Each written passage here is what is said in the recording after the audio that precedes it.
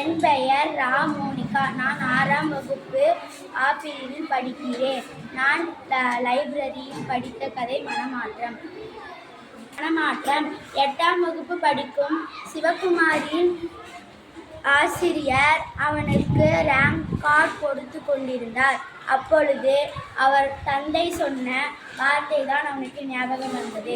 என்னவென்றால், நீ இந்த முறை ஃபர்ஸ்ட் ரேங்க் எடுத்தால் உனக்கு பெரிய சைக்கிள் வாங்கி தருவதாக சொன்னதாக அவனுக்கு ஞாபகம் வந்தது.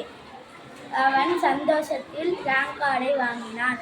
அதற்கு பிறகு அவன் வீட்டுக்கு சென்று, அப்பா, நான் ஃபர்ஸ்ட் ரேங்க் வந்து விட்டேன், எனக்கு இப்பொழுது சைக்கிள் வாங்கி கொடுங்கள் என்று அவன் சொன்னான்.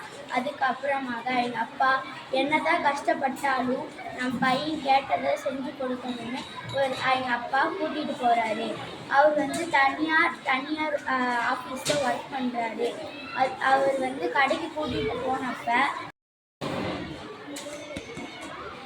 என் பெயர் ஹேமலதா. நான் 6ஆம் வகுப்பு படிக்கிறேன், ஆ பிரிவில். இந்த கதையின் தலைப்பு கொழுக்கட்டை. நான் லைப்ரரி பீரியட் அப்போ நான் இந்த கதையை படித்தேன். நான் உங்களுக்கு இப்போ சொல்கிறேன். மாமியார் வீட்டுக்கு மருமகன் ஒரு நாள் செல்கிறான். அப்போது எல்லா விருந்தும் அவனுக்கு படைக்கிறாங்க.